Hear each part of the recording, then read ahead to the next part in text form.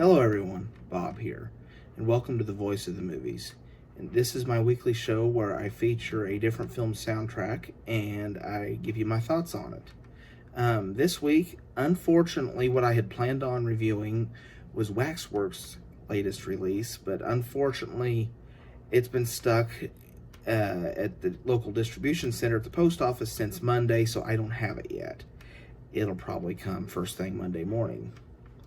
But alas, I shall cover that next week, and in the meantime, I will look at Danny Elfman's score to Tim Burton's 1989 film, Batman.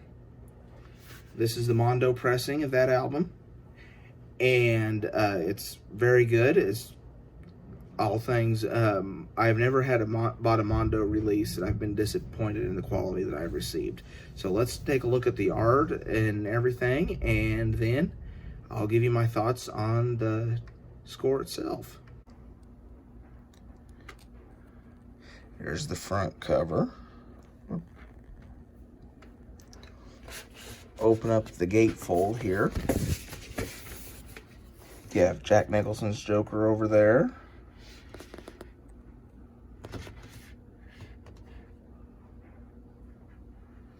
Whimsical art over here. And there's the back artwork. There's the credits, and there's the track listing. This album is just the one LP.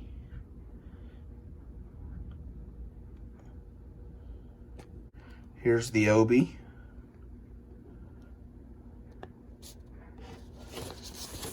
And then the album itself is just your typical black. And yes, it's at 33 1/3 RPM. There's the label on side A. And there's the label for side B. As I alluded to in my review of the Edward Scissorhands soundtrack in that film's Voice of the Movies episode, Danny Elfman and Tim Burton have worked together quite a bit. And Danny Elfman's music, especially for a Tim Burton film, it has a very distinct feel to it.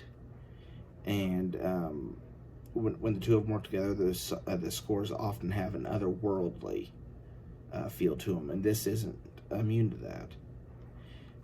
Of course, the iconic main theme from the opening credits, and it's used periodically throughout the movie, that's Batman's theme. I mean, like John Williams's Superman main theme is to him, this main theme will always be my Batman theme. All due respect to Hans Zimmer for the Batman Begins, Dark Knight Rises, and all that. It's all good, and I like those scores too. But when I think of the theme to Batman, this is what I think of. This is as iconic and as part of the Batman movie as anything else, or the Batman character even. I mean, I know the character had been around forever at the time this movie was made, but you got to realize this movie came out when I was 2 years old, and I grew up watching it.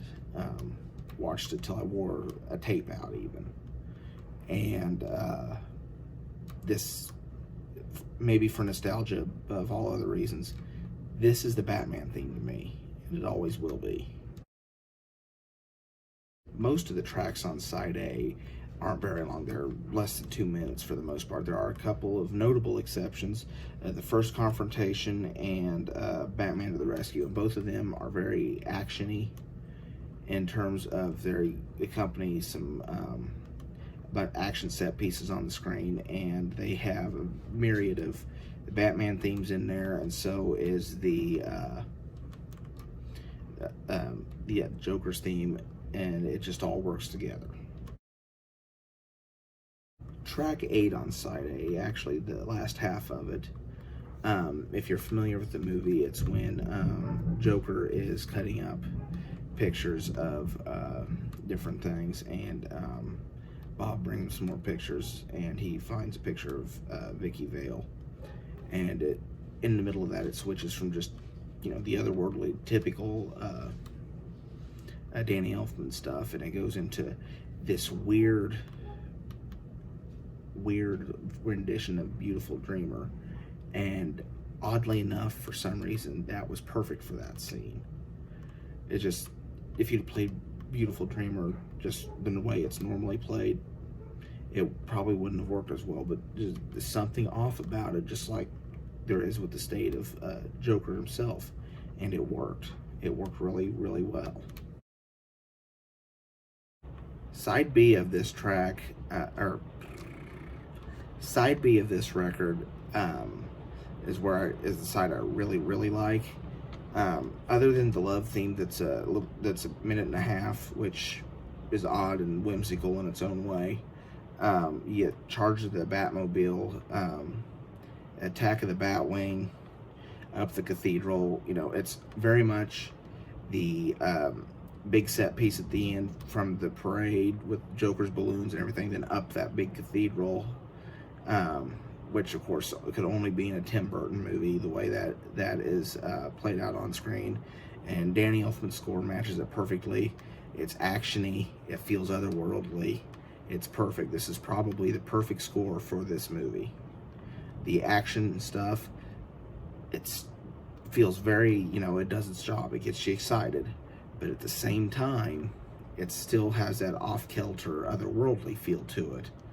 And that sets it apart from, I mean, yeah, Batman Returns is the same way, but it has its own feel to it. But I'll talk about that when I eventually review that one. But the Joel Schumacher Batmans later in this cycle felt different musically than these do. I mean, there's nothing wrong with those, but I like this otherworldly feel. It matches more the comic book feel that I think maybe is what Tim Burton was looking for. But it definitely feels like it's in another place and time. I would also like to point out that Danny Elfman composed the music for the animated television series, which to me is as big a part of Batman from that era as the Tim Burton films are. And the conductor for this movie was Shirley Walker, who scored the animated series. So that's perhaps one of the reasons why I consider that animated series to be so integral. I can't talk, but to be so familiar with each other, to be so related, is because at least musically anyway, and tonally, because they were there's a lot of collaboration between them.